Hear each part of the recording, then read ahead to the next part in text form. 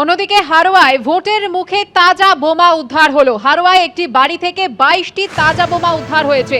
হারোয়া থানার নপাড়া এলাকায় ঘটেছে এই ঘটনা। গোপন সূত্রে খবর পেয়ে ঘটনাস্থলে গিয়ে বোমা উদ্ধার করে পুলিশ। ওই বাড়িতে বোমা তৈরির কাঁচামাল মজুদ আছে বলে অনুমান পুলিশের। বাড়িটি ঘিরে রেখেছে পুলিশ। সামনেই বিধানসভা নির্বাচন, তার আগে হারোয়ায় তাজা বোমা উদ্ধারের ঘটনা ঘটল। একটি বাড়ি থেকে উদ্ধার হয়েছে 22টি তাজা বোমা। হারোয়া থানার নপাড়া এলাকায় ঘটেছে এই ঘটনা। গোপন সূত্রে খবর পায় পুলিশ এবং ঘটনাস্থলে গিয়ে বোমা উদ্ধার করে। ওই বাড়িতে বোমা তৈরির কাঁচামালও মজুদ রয়েছে বলে অনুমান পুলিশের। বাড়িটিকে ইতিমধ্যেই ঘিরে রেখেছে পুলিশ।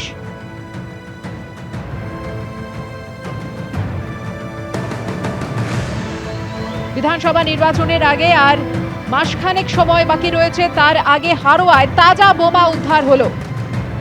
কি উদ্দেশ্যে তাজা বোমা মজুত করা ছিল সেখানে, বিস্তারিত জানবো। কথা বলে নেবো আমাদের প্রতিনিধি সমীরণ পালের সঙ্গে। সমীরণ, দেখো, সোনাপুকুর শঙ্করপুর গ্রাম পঞ্চায়েত এলাকা, সেখানে একটি বাড়িতে চিলেকোঠার মধ্যে প্রচুর পরিমাণে বোমা মজুদ রাখা হয়েছিল এবং সেই বোমার পেটেই বিস্ফোরণ ঘটে যেতে পারত। 22টি তাজা বোমা উদ্ধার করেছে পুলিশ, হারোয়া থানার পুলিশ, এবং যার বাড়িতে বোমা মজুদ ছিল সে পালিয়ে গেছে এবং তার খোঁজে তল্লাশি চালানো হচ্ছে।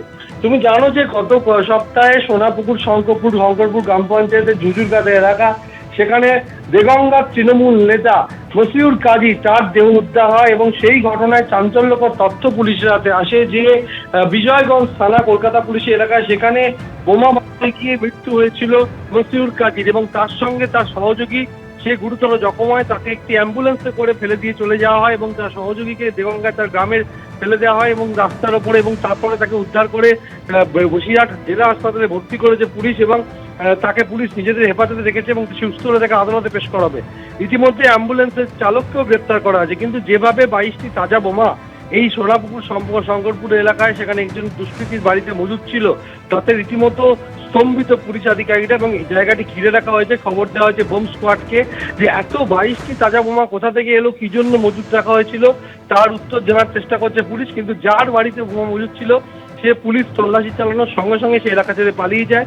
তার খোঁজে তল্লাশি শুরু করেছে হারোয়া থানার পুলিশ। ধন্যবাদ সমীরণ।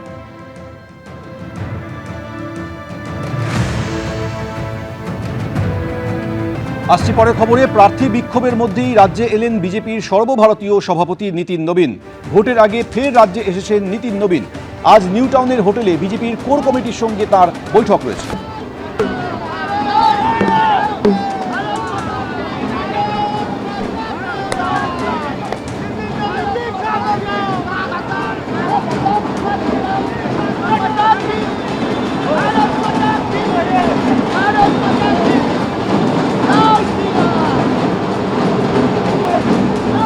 সরাসরি কথা বলবো, আমাদের সঙ্গে রয়েছে আমাদের প্রতিনিধি শিবাশিস মৌলিক। শিবাশিস, এমন একটা সময় নীতিন নবীন রাজ্যে এলেন যখন প্রার্থী তালিকা ঘোষণা হওয়ার পর দিকে দিকে অসন্তোষ আছড়ে পড়ছে।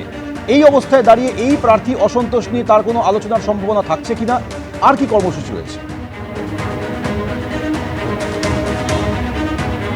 শোভন, দেখো, শুরুতেই তোমায় বলে রাখি যে প্রার্থী অসন্তোষ আমরা গত কয়েকদিন ধরে দেখেছি। রাজ্য জুড়ে যেমন সেই ছবি দেখা গিয়েছে, তেমনি কলকাতা একেবারে বিধাননগরের যে রাজ্য বিজেপি দপ্তর, সেখানে পর্যন্ত 3 দিন ধরে সেই আঁচ এসে পড়েছে প্রার্থী বিক্ষোভের। আর এই আবহের মধ্যেই কিন্তু আজ কলকাতায় এসে পৌঁছলেন বিজেপির সর্বভারতীয় সভাপতি। 2 দিনের সফরে তিনি কলকাতায় এসেছেন নীতিন নবীন, এবং নিউ টাউনের হোটেল, সেখানে কিন্তু বিশেষ বৈঠকের আয়োজন করা হয়েছে। একেবারে বিভাগ অনুযায়ী হাওড়া, হুগলি, মেদিনীপুর বিভাগ, এর মধ্যেই কিন্তু কলকাতা এবং দক্ষিণ 24 পরগনা জেলার প্রার্থীরাও রয়েছেন। এই হাওড়া, হুগলি, মেদিনীপুর বিভাগের, অর্থাৎ রাজ্যকে যে 5 সাংগঠনিক বিভাগে বিজেপি ভাগ করে, তার একটি বিভাগের বৈঠক আর একটু পরেই শুরু হবে। সেই বৈঠকের একেবারে সেই বৈঠকে থাকবেন নীতিন নবীন। এর পাশাপাশি আমরা দেখতে পাচ্ছি বিজেপির বিভিন্ন নেতৃত্ব তারা উপস্থিত হচ্ছেন। রাজু বন্দ্যোপাধ্যায় তিনি এসে পৌঁছেছেন, সহসভাপতি রাজু বন্দ্যোপাধ্যায় তিনি যোগ দিতে যাচ্ছেন বৈঠকে। এরপরই আজকে কিন্তু state IT cell, state social media, এছাড়াও সেন্ট্রাল মিনিস্টার অ্যান্ড লিডার যারা এখানে দায়িত্বে রয়েছেন, কেন্দ্রীয় নেতা এবং কেন্দ্রীয় মন্ত্রী যারা রয়েছেন, প্রত্যেকের সাথে আলাদা আলাদা বৈঠকে বসবেন নীতিন নবীন। এবং দফায় দফায় কিন্তু এই রাজ্যের যারা গুরুত্বপূর্ণ দায়িত্বে রয়েছেন সেই নেতৃত্বের সাথে বৈঠক রয়েছে। আগামীকাল সকালে তিনি যাবেন দক্ষিণেশ্বরের কালী মন্দিরে, সেখানে পুজো দেওয়া রয়েছে। তারপর রাজ্য বিজেপি দপ্তরে কালকে যাবেন নিতিন নবীন, এবং সেখানে দলের যারা বর্ষিয়ান নেতা তাদের সাথে পৃথক বৈঠক রয়েছে নিতিন নবীনের। যেমনটা জানা যাচ্ছে আজকে একটি বিশেষ বৈঠক রয়েছে, কোর কমিটির ঘরোয়া বৈঠক রয়েছে আজকে, এবং মূল যে কোর কমিটি বৈঠক তা আগামীকাল রাজ্য বিজেপি দপ্তরে সেই বৈঠক আয়োজন করা হয়েছে। এছাড়াও একে একে অন্যান্য সব নেতৃত্বরা আসছেন। এছাড়াও কালকে অন্য আরেকটি হোটেলে কাল বিকেলে একটি বৈঠক রয়েছে ইলেকশন ম্যানেজমেন্ট টিম, নির্বাচন যারা পরিচালনা করছেন সেই ইলেকশন ম্যানেজমেন্ট টিমের সাথে আগামীকালকে তার বৈঠক রয়েছে। সার্বিকভাবে কাল সন্ধ্যায় তিনি রওনা হবেন। কাল সন্ধ্যায় নবদ্বীপ বিভাগের সাথে কাল বৈঠক রয়েছে, এবং তারপর তিনি পাটনার উদ্দেশ্যে রওনা হবেন। মূলত 5টি যে সাংগঠনিক বিভাগ তার 2টি বিভাগে এই সফরে বাড়তি গুরুত্ব দেওয়া হচ্ছে। হাওড়া, হুগলি, মেদিনীপুরের যে বিভাগ, এর মধ্যে কলকাতা, দক্ষিণ চব্বিশ পরগনার প্রার্থীরাও ইতিমধ্যে একাধিক প্রার্থী কিন্তু এসে পৌঁছেছেন। অন্যদিকে আগামীকালকের যে বৈঠক সেখানে নবদ্বীপ বিভাগকে বাড়তি গুরুত্ব দেওয়া হচ্ছে। দক্ষিণবঙ্গকে নজর নিয়েই কিন্তু নিতিন নবীনের এই যে দুদিনের বঙ্গ সফর, যার মধ্যে আগামীকাল তিনি দক্ষিণেশ্বর কালী মন্দিরে যাবেন এবং রাজ্য বিজেপি দপ্তরে গিয়েও একাধিক বৈঠকে যোগ দেবেন নিতিন নবীন। সৌমেন। শিবাশিস, ধন্যবাদ। এবিপি আনন্দ, এগিয়ে থাকে, এগিয়ে রাখে।